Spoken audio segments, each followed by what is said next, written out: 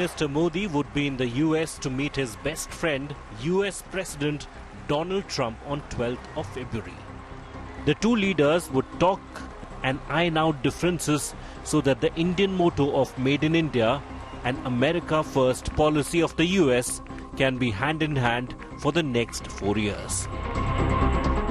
The road ahead is challenging, and India has already worked in advance to pacify the eagle by reducing import levy on foreign-made cars and bikes.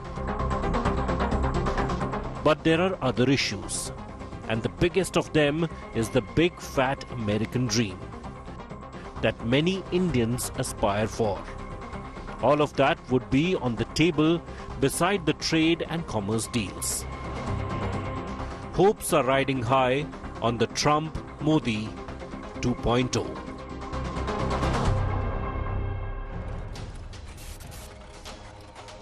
And I just want to show you images from Paris where Prime Minister Narendra Modi and the US Vice President J.D. Vance, they've had their first meeting. In fact, J.D. Vance, his Indian origin wife, Usha Chilikuri or Usha Vance, she was also there in this meeting. This is the first time that the Vance family has met the Indian Prime Minister since Vance took office as the Vice President of the United States of America.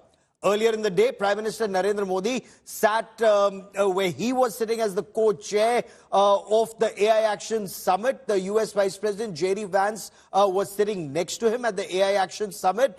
The US Vice President, as you can see in these images, hugged Prime Minister Narendra Modi in their first meeting the night before, setting perhaps a very warm tone for the Prime Minister's visit to the United States, where he will meet Donald Trump in his second tenure. So this meeting with J.D. Vance, it's happened. Now the Prime Minister will fly to Washington, D.C. from Marseille in France and then meet US President Donald Trump.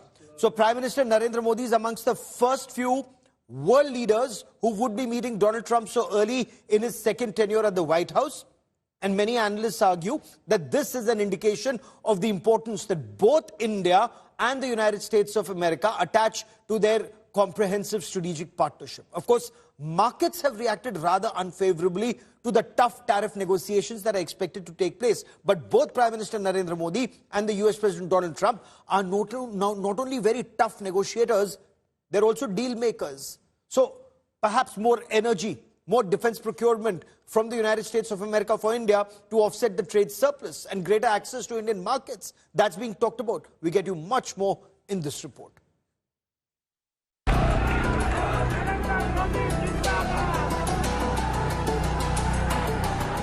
Fresh off his party's victory in New Delhi, Prime Minister Narendra Modi is riding high on Brand India as he attends the Global AI Action Summit in Paris. As co-chair of the conference, India is playing a key role in shaping the future of AI. However, the next leg of his 5-day overseas trip could be a little more challenging. Today I'm simplifying our tariffs on steel and aluminum so that everyone can understand exactly what it means. It's 25% without exceptions or exemptions, and that's all countries, no matter where it comes from. India has largely been unaffected by first rounds of Trump tariffs. Even the latest set of tariffs does not impact India as badly as it does Canada, China and Mexico. The three biggest trading partners of the US have borne the brunt of increased import duties and new tariffs on steel and aluminum products. However, India may soon find itself in the spotlight, with the Trump administration planning tit-for-tat tariffs later this week. The move aims to match tariffs imposed by foreign nations on US goods. It's time to be reciprocal. So you'll be hearing that word a lot, reciprocal. If they charge us, we charge them. If they're at 25, we're at 25. If they're at 10, we're at 10. And if they're much higher than 25, that's where we are too. So that's having to do with everything. That's not just steel and aluminum. But we'll be discussing that over the next couple of weeks.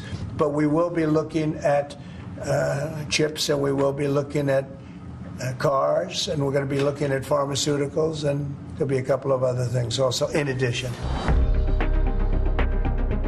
Budget 2025 proposes a cut in import duties, but for now, India imposes some of the highest tariffs on US goods, a factor that could trigger increased tariffs on Indian exports to the US.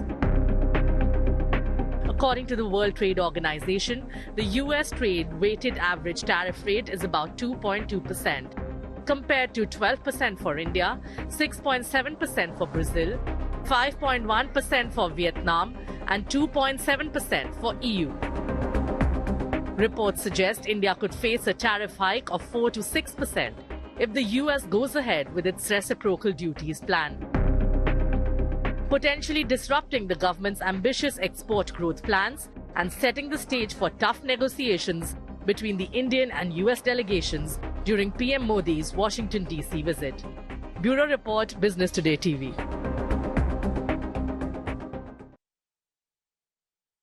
So the United States is already pushing for more energy production and more export.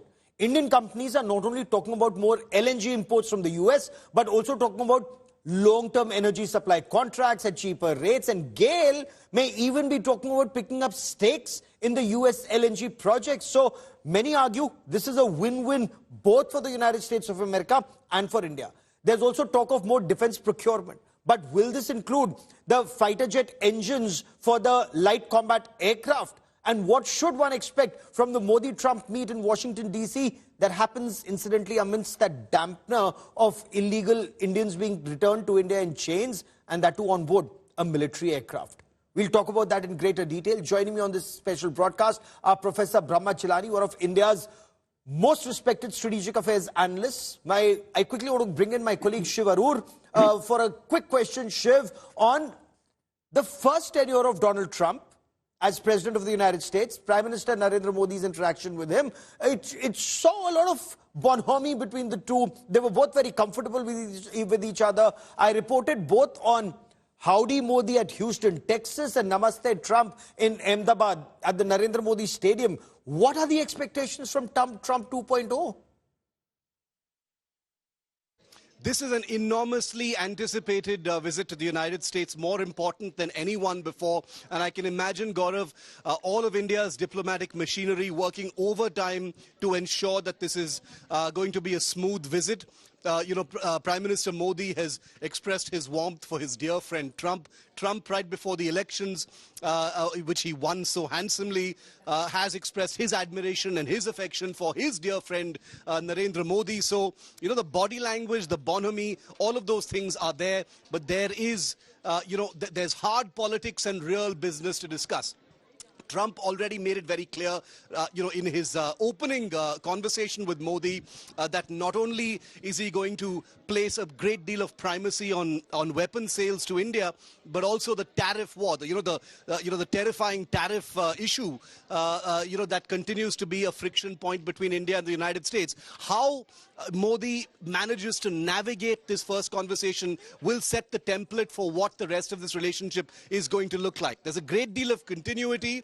The two leaders get along very, very well. They're both enormously popular in their own countries, but there are issues here that will need careful handling, that go beyond just the fact that they are so compatible as two human beings. I see weapon sales on the table. I have a feeling that Trump is going to push the sale of armored vehicles like the Stryker, possibly transport and reconnaissance aircraft. He may, pull something out of his hat and maybe even offer, different kinds of fighter aircraft, or, use that as currency for India to maybe manage to sidestep certain, tariff measures.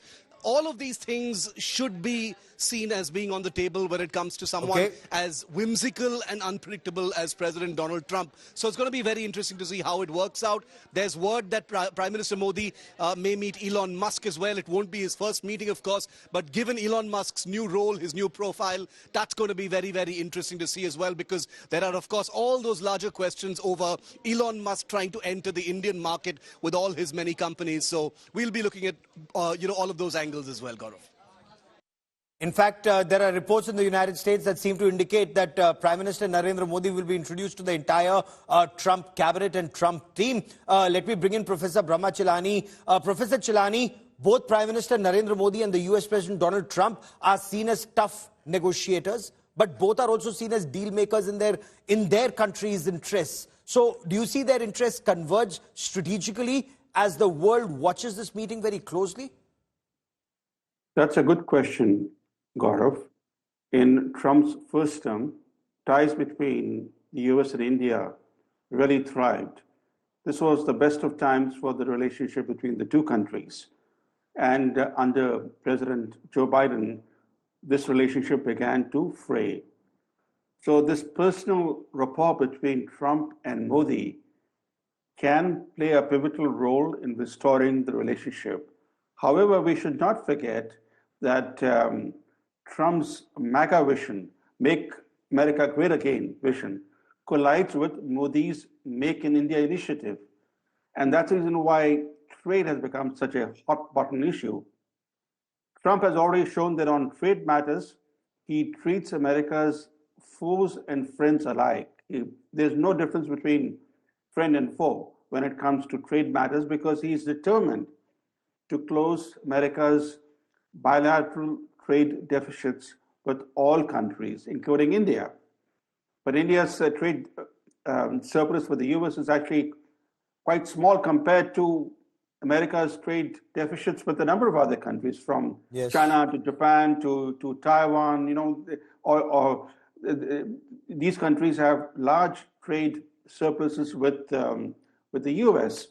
But I think there is hope that after the rocky period under Joe Biden, that things may improve under Trump, because Trump, as you rightly point out, is first and foremost a deal maker, and so is Modi. And I think that it's possible for Trump and Modi to work out a restoration of this very vital relationship. It's a relationship that is vital to the interests of both the US and India. And I think that this meeting on Thursday at the White House could be the beginning of a new era in US-India relations. We'll be turning our back to what happened under Joe Biden and looking forward to a stronger relationship with the US. You know, we'll talk about what happened in Bangladesh in just a moment and how America was allegedly, or the US deep state was allegedly interfering in India's internal affairs in just a moment. But for the moment, I want to stay on the US-India relationship under Modi and Trump. So, Professor Chilani, more procurement of energy, more defense hardware, greater access to US goods in Indian markets, for example, maybe Harley-Davidson's, Tesla's, iPhones. What are gains for us here? That is the key question. If you look at all the discussions, the media reports, they're all on what Trump wants. Trump clearly wants more contracts from India. He wants to sell more energy to India, more weapons to India. He wants India to help him in his mission to reduce the trade imbalance. But what does India get in return? And I think it's important to remember that if this relationship is to be restored, it'll require the two sides to also address India's concerns over American policy in South Asia, where the divergence of US-Indian interests has become stark of late. Yes. And we tend to forget how our own neighborhood has become more adverse for Indian interests, in large part because of American policy toward Pakistan, toward Myanmar, toward Bangladesh. It's like, in no country in India's neighborhood are the Americans and the Indians working in sync with one another. Well, many would argue that the Americans are interfering in India's internal affairs, funding elements within our country, but that's another debate perhaps for another day, Professor Chilani. But there are reports that indicate that the US president may be introducing his entire team Trump 2.0 team to Prime Minister Narendra Modi. So what are areas of cooperation and convergence that are mutually beneficial that you see? And if I am to understand correctly, if we are to get more LNG from the US and if it's cheaper than Qatar, does that not hold India in good stead? And is that not a win-win both for the US and for India? If we get the LCA engines, if there is transfer of technology and we make those engines in India, isn't that a win-win both for the US and India? Well, if the LNG from the US is cheaper from any other source, obviously it would be a great, provide a great benefit to Indian economy. But I think more importantly, as you know, that Trump in his inaugural address said that he's going to pressure OPEC leader Saudi Arabia to help lower global crude prices, and domestically he has promised to drill, baby, drill. That is, to boost domestic production. Both these steps will benefit the Indian economy significantly because India is now, in terms of what the Paris-based International Energy Institute says, that now India is the largest driver of global oil demand. So lower oil prices will greatly benefit the Indian economy. But having said that, what Trump basically wants is that India should be buying lots of energy and lots of American weapons. India is already buying lots of American weapons, and it's been buying a lot of energy from the US. People don't realize that in Trump's first term, when he exerted pressure on India, and he exerted pressure on India quietly, not publicly, India's imports of American oil and petroleum products from 2019 for 4 years in a row went up dramatically, according to US government data.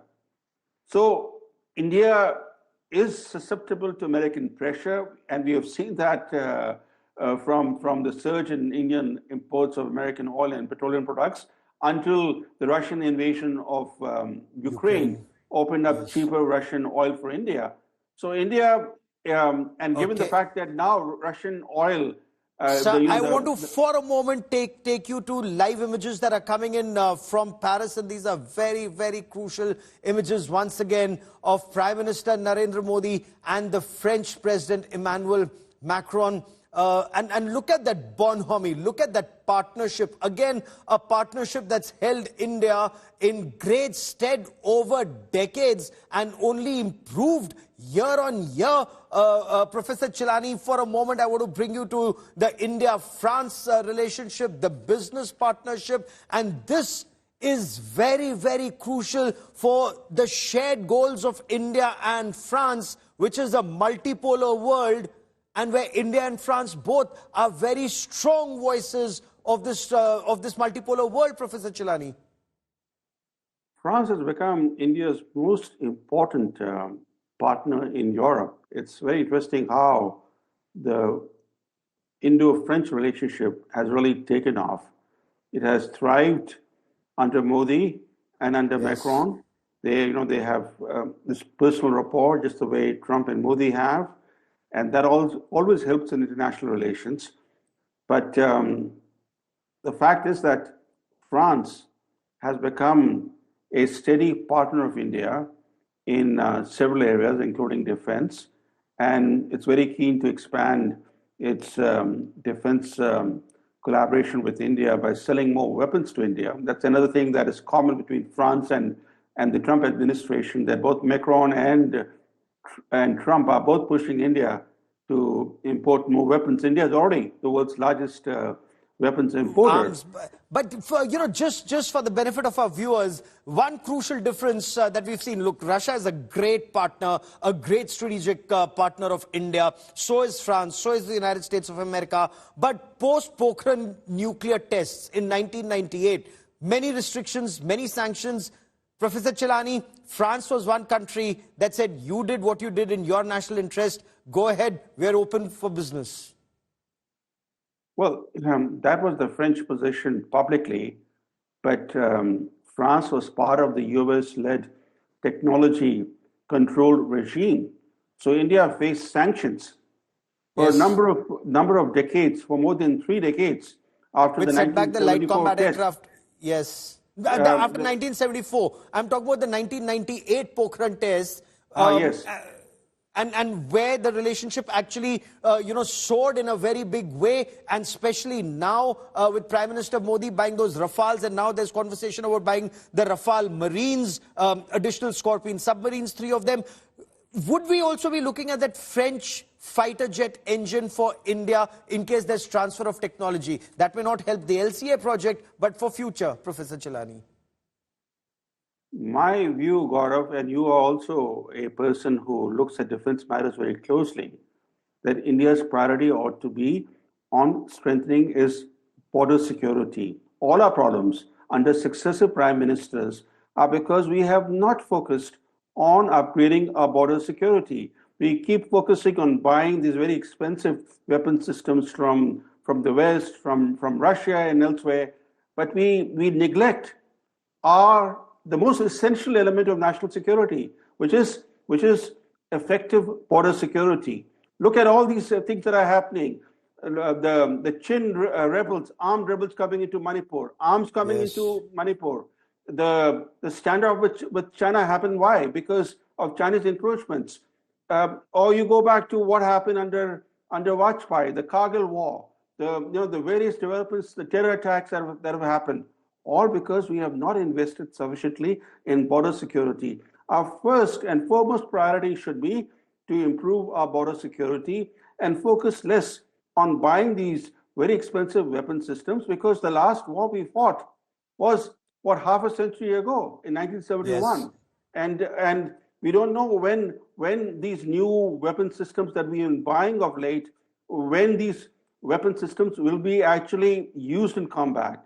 But we know how China has changed the territorial status quo. The territorial status quo in Eastern Ladakh, without firing a single shot. Without firing a single shot, they have managed. So but perhaps if we have stronger weapons of deterrence, it may deter China like Balakot deterred Pakistan if it did from spreading more terror beyond Jammu and Kashmir. That's another debate and a much, much longer debate, Professor Chilani. And it's always such a pleasure and a privilege to discuss and debate this with you over the next several days. We shall continue to do that, but I've run out of time on this part of the show. For joining me here on India Today, many thanks. And I want to leave you with these images of Prime Minister Narendra Modi with the French President Emmanuel Macron. There's lots on the table there in terms of de-risking global economy, diversifying production, more supply chain, deeper business ties, manufacturing and healthcare, defense manufacturing, aerospace, so much that's being talked about between India and France. I leave you with these images. Many thanks for watching.